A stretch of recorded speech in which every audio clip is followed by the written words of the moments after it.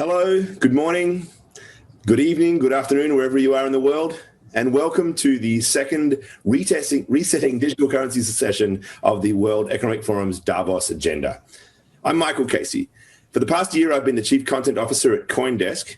Before that, I was at the Digital Currency Initiative at MIT Media Lab. Before that, a writer at the Wall Street Journal. It's an honor to be moderating this discussion with an esteemed panel whose experience spans both national and multilateral government, as well as academic and non-government leadership.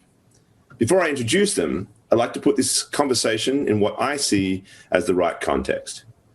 What excites me about digital currencies, why my team and I at CoinDesk are privileged to be covering this topic every day, is that it isn't just your standard story of a new technology disrupting our lives.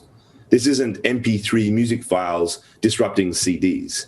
We're talking about the disruption of money, a technology so deeply rooted in the structure of society that we so often just take it for granted. Whether we're talking about cryptocurrencies such as Bitcoin, or if we're talking about central bank digital currencies, as we will mostly be doing today, this isn't just another digital upgrade to our existing bank-centric system of money. With digital currencies, the money itself is software. It's programmable. And when that happens, a lot of our assumptions about what money is and how it functions may need to be re-examined.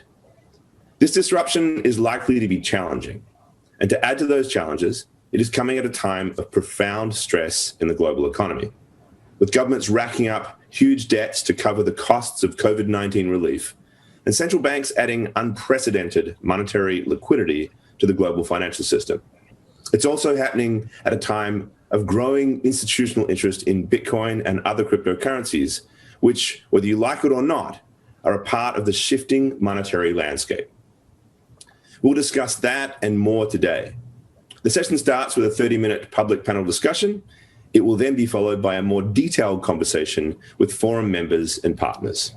So now let me introduce this tremendous panel. We are joined by Senior Minister of the Government of Singapore, Tharman Shanmugaratnam.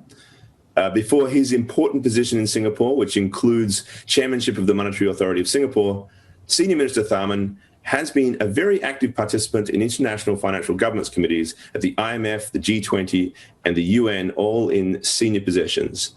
Welcome, Senior Minister. Next, we have Dr. Zhu Min, Chairman of National Institute of Financial Research in the People's Republic of China. Among a variety of important past positions, Dr. Zhu has also been the Deputy Governor of the People's Bank of China and Deputy Managing Director of the IMF. Welcome to you, Dr. Zhu. Thank you. And last but not least, we have Dr. Sara Pantoliano, who is Chief Executive of the Overseas Development Institute. In a wide-ranging international career in humanitarian and development work, she has led and served on numerous boards and committees for various international NGOs and UN bodies. Welcome, Dr. Pantoliano. It's important to note that all three speakers have been actively involved in the World Economic Forum's digital currency governance committees. So I'd like to turn to Dr. Zhu first, because it's fair to say that the most hotly anticipated development in digital currencies at the moment is the CBDC being developed by the People's Bank of China. Dr. Zhu, from your unique position to view that development, could you please walk us through where things stand with this project? What is the Chinese government's intention here? What is the purpose here? And can you give us a sense of the timeline? When might we expect the digital currency electronic payment system, as it's known, to go live? Well, thank you. First of all, thanks for the invitation, and it's a great honor for me to join this very distinguished panel. We conducted two tests, as many people know, so one in Shenzhen, one in Suzhou, and on the digital currencies and small scale. In Shenzhen, roughly about 10 million RMB, as sort of consumption coupon free to the people. People can require and get the money, can spend money in around 3,600 shops and various the agents. It's relatively small. Everybody gets 200 RMB. And the second in Suzhou, we expand the scale much bigger, and the agent working with the system expand to roughly 30,000 and more. The whole thing is, it looked like it's sort of residential. It's a consumption type of things like retail. But I think there are few features within the system. The first issue is defined by M0. In the first two tests, they are retail. But if you think about it, if defined by M0, it's still in the very early stage of CBDC, but you still can imagine many, many occasions and many, many scenarios you can apply. I mean, for example, the credit to SMEs, for example, the salary payments to the public servants, or, to special subsidies and support to the people who need the Medicare or others.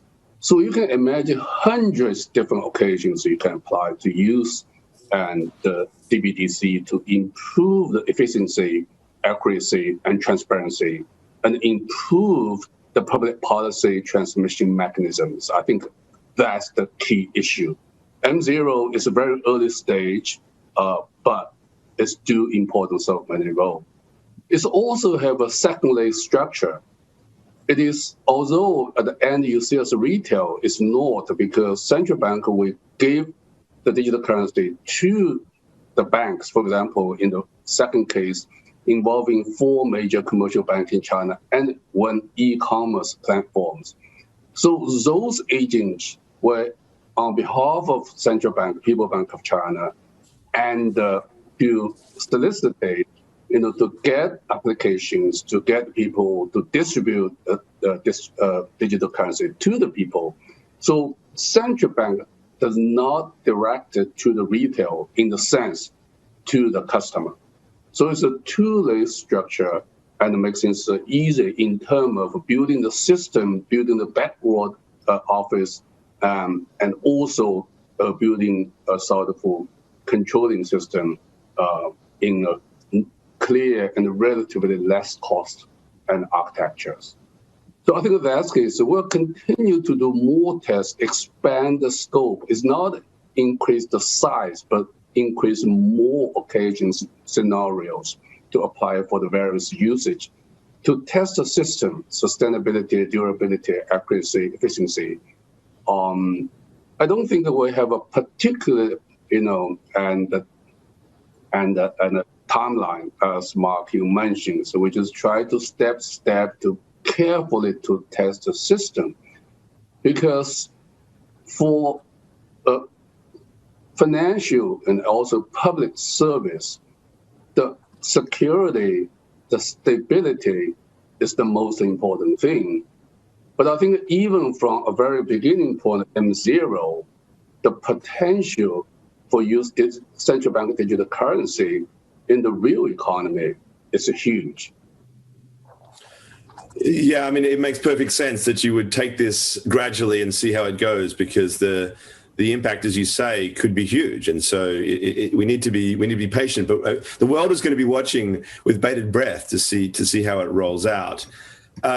Dr. Tharman, of course, China is not the only country that has embarked on a CBDC project, and the way that Dr. Zhu described it, very much a focus in their case, at least to start with, on this retail-facing model and the incorporation of that into e-commerce and other things as they go along. But Singapore, of course, has also been actively exploring this technology, and you've been really ahead of the curve in terms of wholesale CBDCs. So with that in mind, what use cases do you see yours and other CBDC projects contributing to? And also, we're talking here about, in China's case there, about what happens within China, but there's this bigger question about how will they be used across borders, and what risks and opportunities may lie for that cross-border commerce with this technology? Thanks, Michael. Maybe just to take a step back, I would say central banks, the majority of central banks are now actively exploring the issue of central bank digital currencies, but it's not a foregone conclusion that most central banks will issue CBDCs, be they wholesale or retail CBDCs. The fundamental issue that we are responding to is the rise of e-commerce, the upending of whole industries as a result of digitization of payments, sales, delivery. And together with e-commerce, you now have new means of payments and new payment providers that are emerging. So the old world of cash on the one hand, notes and coins, and bank account-based payments, the traditional two-tier payment system comprising the central bank and commercial banks, that old system is being disintermediated by new players. But the biggest and most fundamental driver is in the real economy. E-commerce is now a major force. And the old world of currency needs to catch up with this new reality. The second thing that central banks are responding to comes out of the first, which is that there's been tremendous innovation in the private sector, particularly outside the banking system in the first instance. New non-bank players have emerged, in some cases, like in China, as formidable competitors. In many other places, they are very often the most innovative players and the fastest growing players. That horse, or that set of horses, has bolted the stable, and central banks are now trying to figure out how they intervene in that race. That's the second major change, and the last 10 years especially have seen that whole new horse race starting. Now, inherent in the network economics or the network externalities that come out of both e-commerce as well as these new private payment systems or ecosystems is that there's an advantage in market power. The more competitive you are, the bigger you get, and the bigger you are, the more data you have from consumers, and the more market power you acquire.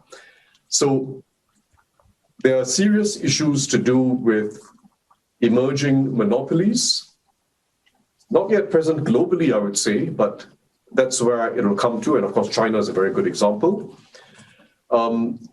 And also serious issues to do with the fact that these are typically, as they get larger, closed loop ecosystems. They are walled gardens, in other words. And what we have to do in the interests of a vibrant, competitive, and efficient payment system is to restore biodiversity. You can't have walled gardens constituting your national payment system. You need biodiversity, and you need interoperability. And that's where we are coming into it as central banks. It's not so much about CBDCs, central bank digital currencies per se, but about what we do about this whole new innovative landscape. We don't want the race to stop. And I think our attitude should not be, at this point, to pick which horse is going to be the winner. Our attitude shouldn't be to try to halt the race. We should want, in fact, a new dark horse in the system, which is existing bank-based payment systems waking up, as many are doing, certainly in Singapore. The banks have responded very well. Bank-based payment systems becoming as efficient and as competitive as these new players are, reducing costs, speeding up transactions, offering better service to consumers. That too is happening. And in fact, the banks were really the first in the game of running real-time payments domestically amongst themselves. But this new dark horse is also now in contention.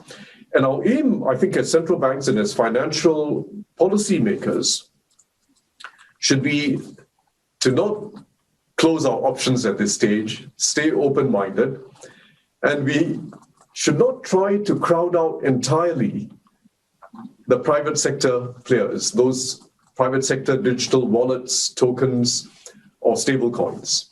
Don't crowd them out entirely because they've been a source of great innovation. but they cannot be left on their own. The payment system is a public good. It needs to be regulated. It needs to be interoperable. It needs to be safe, including safe from cryptographic incursions. And it needs to have the necessary transparency to avoid the risk of money laundering and illicit finance. And remember, most studies show that roughly half of all Bitcoin transactions have something to do with illicit activity. That's the first objective. Don't crowd out this whole new set of players too quickly. Second, don't disintermediate the banking system. And the risk of some conceptions of central bank digital currencies, particularly retail CBDCs, is that they can seriously disintermediate the traditional banking system, take away their source of funding, because people would rather put their money with the central bank instead of with a bank, particularly in crisis, or particularly when a crisis is incipient. It's very easy for people to switch money into a central bank if you have that cheap, easy, at a click of a button option of putting your money with a central bank instead of the banks. And that will be very dangerous for the whole system. If we do have a central bank digital currency, which I think is still an option on the menu, not yet decided in most cases, it should make sure that it avoids crowding out entirely the private alternatives, the new stable coins and tokens. Also make sure it avoids disintermediating the banking system. And where possible, allow for greater private sector competition. In fact, it's quite interesting because new players in payments may find it easy to ride on a central bank digital currency, offer smart contracts and the like, and they don't need to invent their own e-money. They don't need to go around acquiring merchants. They just ride on a central bank digital currency and offer their own services. Even in countries which are relatively unbanked, in other words, where the traditional banking system hasn't reached very far, particularly in rural populations, they're very interesting examples of central banks who are now experimenting with CBDCs that come together with bank accounts. So in Cambodia, for instance, which has high mobile and e-money penetration, but is a relatively unbanked population, the new CBDC wallet, which the central bank has introduced, comes with a bank account linked to it. Very interesting option. So think of the world we are moving into in hybrid terms, not one or the other between the non-bank private stablecoin players versus the existing banks, nor about the central bank digital currency displacing either of those two. Think of it in hybrid terms and how we can get the best synergy. But regulation is going to be necessary. This is a public good. The payment system is a public good. And we've got to ensure that we have interoperability, we have safety, and we have the degree of transparency that is necessary, including identity, digital identity, that is necessary to curb illicit finance. Fantastic, Senior Minister Tharman. I don't know whether you may well have heard the previous session that we had in Bank of England Governor Andrew Bailey was maybe taking a slightly different position, thinking that CBDCs would actually rise to ultimately make these private and different systems go away, that they would sort of basically outcompete them. Interesting that you're recognizing and keeping that option open and ensuring that there is this private competition, this bigger environment of competition. What I think is most interesting, and Dr. Pantoliano, Senior Minister Tharman, has set you up quite nicely here, is that he also mentioned the idea that these ecosystems in this competitive hybrid environment he was talking about, money starts to become an aspect of market power. That your money now, your currency, in some respects, is an instrument of gathering power through the networks that they create. And that, I think, raises interesting challenges and opportunities for developing countries. He mentioned there, of course, there is this potential in these countries to perhaps leverage these existing systems and build on top of them. But of course, developing countries who, as he mentioned, are, many of them, exploring these technologies, have a whole set of different circumstances. They don't have the financial and technological resources that a country like China or like Singapore has. And of course, they've been especially hard hit by COVID. So from where you stand, do you see CBDCs, also, cryptocurrencies and other elements of blockchain technology, stable coins were mentioned, do they allow these countries to leapfrog the technology barriers that they currently face and address the economic challenges that they've had in the past, but now face seriously in terms of this COVID-19 pandemic?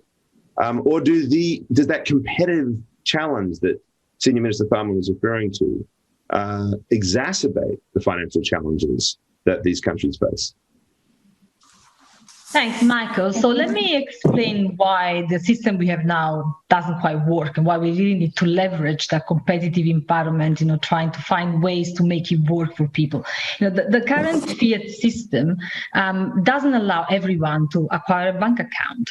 In middle and low-income countries, financial institutions are not easily accessible. They're not robust. They very often leave people, to rely on cash, to rely on barter, to borrow money, to collateralize loans or informal institutions like the microfinance organizations that we see in many countries, the cooperatives, and even people who have bank accounts are actually underbanked. They don't have access to the full gamut of financial services, loans, mortgages, and brokerage accounts. And actually, I would argue that this is not just in low and middle income countries. This is a problem even in our developed economies. For some of the poorest in our societies, they've got very high logistical cost for the finance industry, but also for the consumer that often, especially in remote rural areas, doesn't have access to banks or has to really incur profound costs to access ATMs or banks.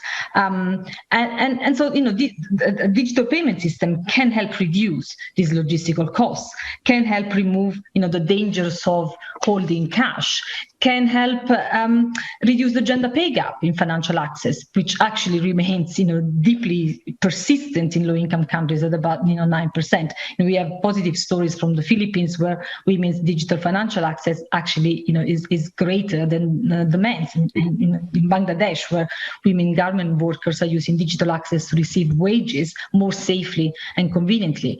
And they can really help facilitate remittances, which are actually the largest source of external financing in low and middle income countries. We have annual remittance flows of about $529 billion. They can be as much as 35% of GDPs in some countries, according to the IMF. But remittances prices are very high. They're high because of underdevelopment financial infrastructure, because of limited competition, because of regulatory obstacles. So CBDCs in particular have the potential to create a domestic and cross-border payment transfer system that is fast, that is efficient, that is much cheaper, and they can actually be utilized by the full value chain, for person to person, business to business, and business to consumer transactions. And they can also help create a financial identity and a credit history. There's actually a big problem for many people. They are historically excluded from private institutions. Another advantage is savings. That could be improved through the adoption of CBDCs as an instrument that can allow money to be stored easily, immediately, and securely. But CBDCs, if we really want to see them make a transformative contribution in this space, need to address three critical issues. The first is access to the internet, because in many low and middle income countries, internet communication infrastructure is very low. Compared to many other contexts, we see internet penetration just in the urban areas, where at least a 3G network is about 90%. So we need to be careful that this doesn't exacerbate further a divide and digital exclusion, particularly for people in rural areas. So if countries are seriously considering introducing of CBDC, they need to make sure that they first build affordable internet infrastructure and mobile wallets for CBDC transactions that can operate in low bandwidth areas. The second is the level of digital adoption, because only 3.5 billion adults in the world have access to a smartphone out of 8 billion. And even though, we can only imagine the smartphone penetration will increase, very rapidly, it will not reach 100% soon. So before governments turn to CBDCs, they must work with mobile providers to increase smartphone penetration rate. And finally, digital and financial literacy. It will be critical to help people understand and trust the technology, allay issues around data security, help people become more familiar with the technology, improve, the financial literacy of people. So I actually think that CBDCs have the potential to be hugely transformative, but they need to be designed with the end user in mind, especially those who are currently financially excluded. So, lots to unpack there as well. And then maybe, Dr. Zhu, this is an opportunity to think about China's role in the international community with a lot of developing countries that engage with China through trade and obviously China's investments as well. I'd be interested to know, what is the plan for the digital RMB in terms of how it fits into China's international strategy? For example, into the Global Belt and Road Trade Routes Initiative. We know that China has long been interested in internationalizing the renminbi and in giving it a greater place in international commerce.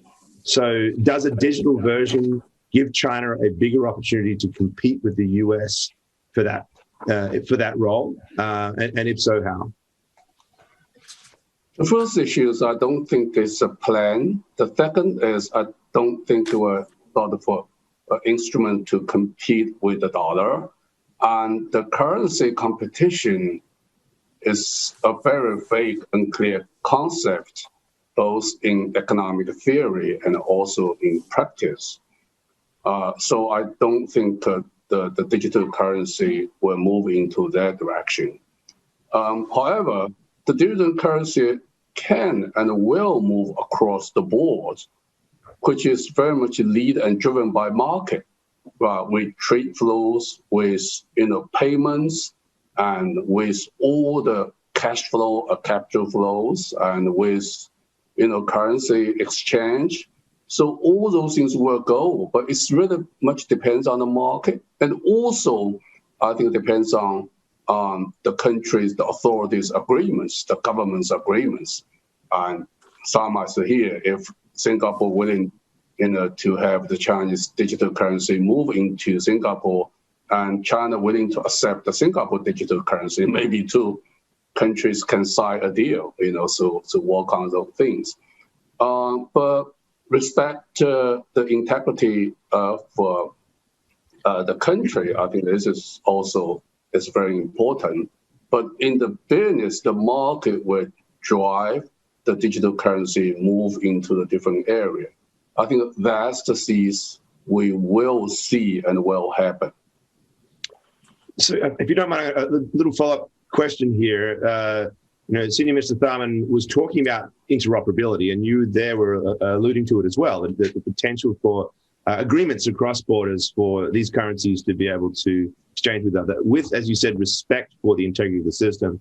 There's a lot of focus on China's model, and we've had, for example, former CFTC chairman Christopher Giancarlo promoting a digital dollar in the US, and the idea that he's arguing is that the dollar will be more appealing, say, than the digital RMB, in his argument, because there's better privacy protections. I'm just wondering, and in the context of this interoperable cross-border arrangement, what guarantees, if any, can China give that this digital version of your currency, won't have those privacy concerns that people are talking about so much? Well, I mean, since this is a sovereign digital currency, right? So this is really on the legal base equivalent to whatever the physical RMB. So I think that's the basic credential for the digital currency to any foreigner who want to hold the digital currency of RMB as well. I really don't see that's a big issue. Obviously, if you go one step backwards, the internal architecture, internal technology, and can be very different. So the way it's used and transformed, and also the technical networking paths also can be very different. So those issues need to be solved when the market gradually developed. Okay. Senior Minister Tharman, you heard the reference there from Dr. Zhu about interoperability with Singapore. Now, Singapore has played, I would say, a leading role in setting an open regulatory approach to cryptocurrencies, to blockchain technologies. And you were alluding to that in your prior comments as well. What happens, though, on the international stage? Right? How do we arrive, and should we arrive, at some sort of globally consistent standard for this regulatory framework? And what role will Singapore play in contributing to that global agenda? Do you think that you have an opportunity in this environment to take leadership, or do we go back to a scenario that Dr. Pantoliano and I were talking a little bit about? In some respects, the big countries set the rules. The US, of course, being the elephant in the room here. Where do you see this international process going?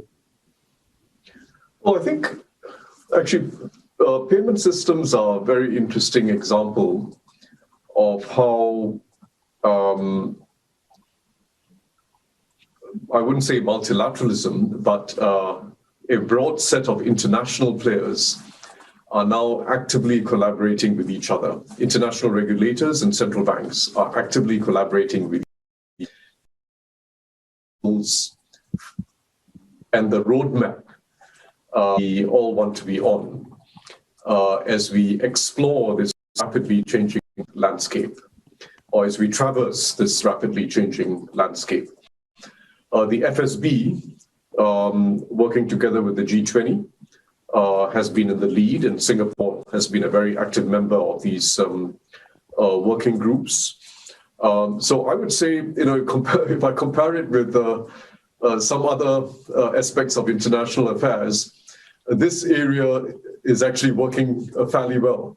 You've got a set of players around the table, large countries and small, who have a common interest. Central banks tend to think roughly alike, a common interest in safety, stability, efficiency, resilience. And that process has already gone forward a fair bit.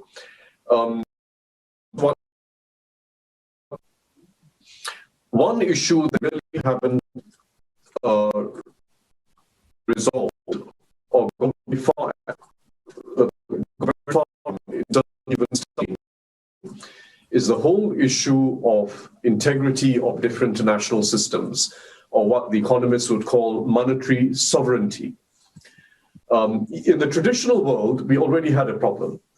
Small developing countries were always at risk of what was called dollarization of their economies. There's a major country currency, the US dollar being the most prominent, which was always available to firms and consumers of that country. And whenever there was a hint of sovereign risk, and there was worries about whether the central bank would run out of reserves, people would just start switching into dollars. And there are some economies today where the dollar is still a major unit of transaction and a store of value. Now that, which is a traditional risk, will become much more pronounced if you have a digital currency, because it'll be that much cheaper and faster to switch from domestic currency assets into foreign currency assets. And it's an issue, honestly, that we haven't begun to address. And is one of the concerns we should have when we think about central bank digital currencies, particularly for major countries. So I would say that's an issue that's not just regulatory in the sense of financial regulation, it's a monetary policy consideration that we do have to address. But otherwise, I would say moving ahead, the roadmap must involve moving ahead so that we have not just domestic interoperability, but we have international interoperability, both for retail payments, remittances and the like that Dr. Pantoliano was talking about, as well as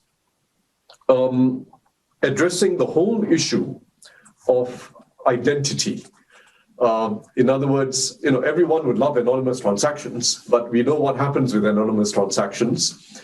You do need, both domestically and internationally, to have identification, unique digital identities. Now, it doesn't necessarily have to require a central bank digital currency.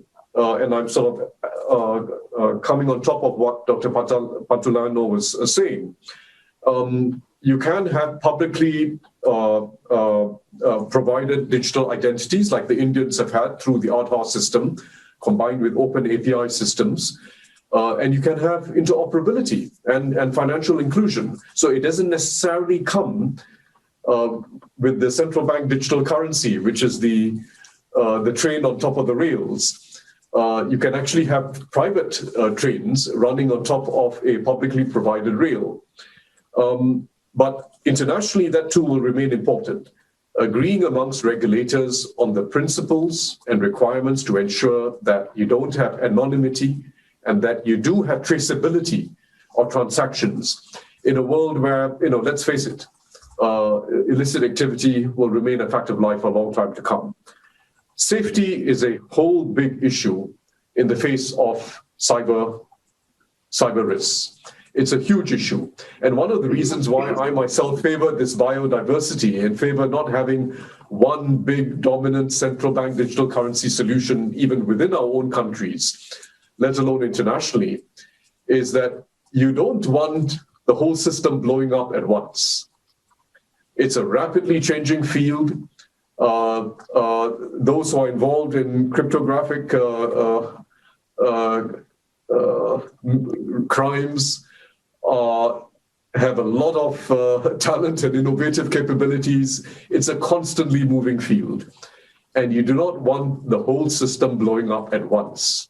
So let's sorry, because we want to get one last question in here to Dr. Pantulano. Thank you very much, Senior Mr. Thurman, because there's a huge pile of stuff to unpack there. I think we're going to have to take this into the forum discussion. But I think just before we leave this public section, Dr. Pantulano, a lot of stuff that Senior Minister just laid out there, and the vulnerability in some respects of developing countries to this problem in some respects of the dependence on the dollar and so forth. In light of that, what do you see the most important considerations lying with regards to the regulatory approach that the world should be taking to this? So I think just to pick up, from what Senior Minister Thurman was saying, there are definitely considerations around, illicit activity, around the problems of corruption, around privacy risks that are associated with digital currencies that are, at the forefront of, the minds, and also in low and middle income countries. But I think that, this need to be dealt with in the design of the regulatory framework around this, rather than be used, not to put that in place. And I think it's important to, and actually, I think there's potential to learn from and build on the use of blockchain guaranteed transactions, such as in the case of Bitcoin. But let me just come to the system that we have now, because low-income countries have been really badly affected by global regulation.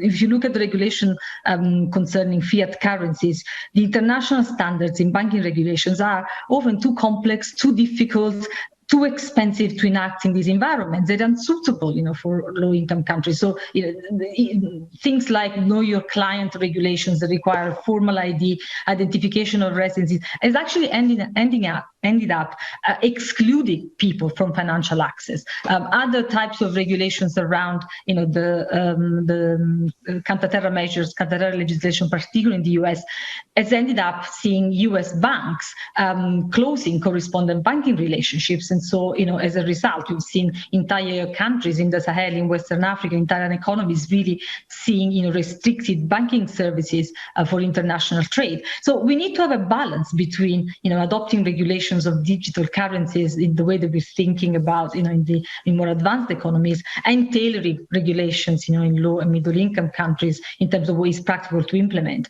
But even in advanced economies, I would really urge, regulators to think about regulations in a different way. It's important the regulators innovate. They understand that we need new regulatory models in this space that can, really be tailored to these new instruments that don't thwart the innovation, they harness the potential, because we've seen an incredible amount of innovation that really, will allow us to make the most of, the proliferation of digital currency that we've seen over the past few years. So yes, we need regulations, but we can't have just old banking regulatory models. We need, to innovate and keep the end user, in mind.